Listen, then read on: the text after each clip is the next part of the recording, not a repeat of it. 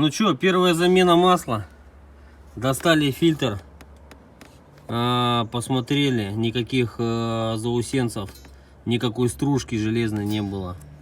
Значит, слили масло. Вот. Год назад, когда мы его купили, транспортировочное я слил, залил матюль. Отъездили год, приблизительно километров 400 Серега на нем накатал.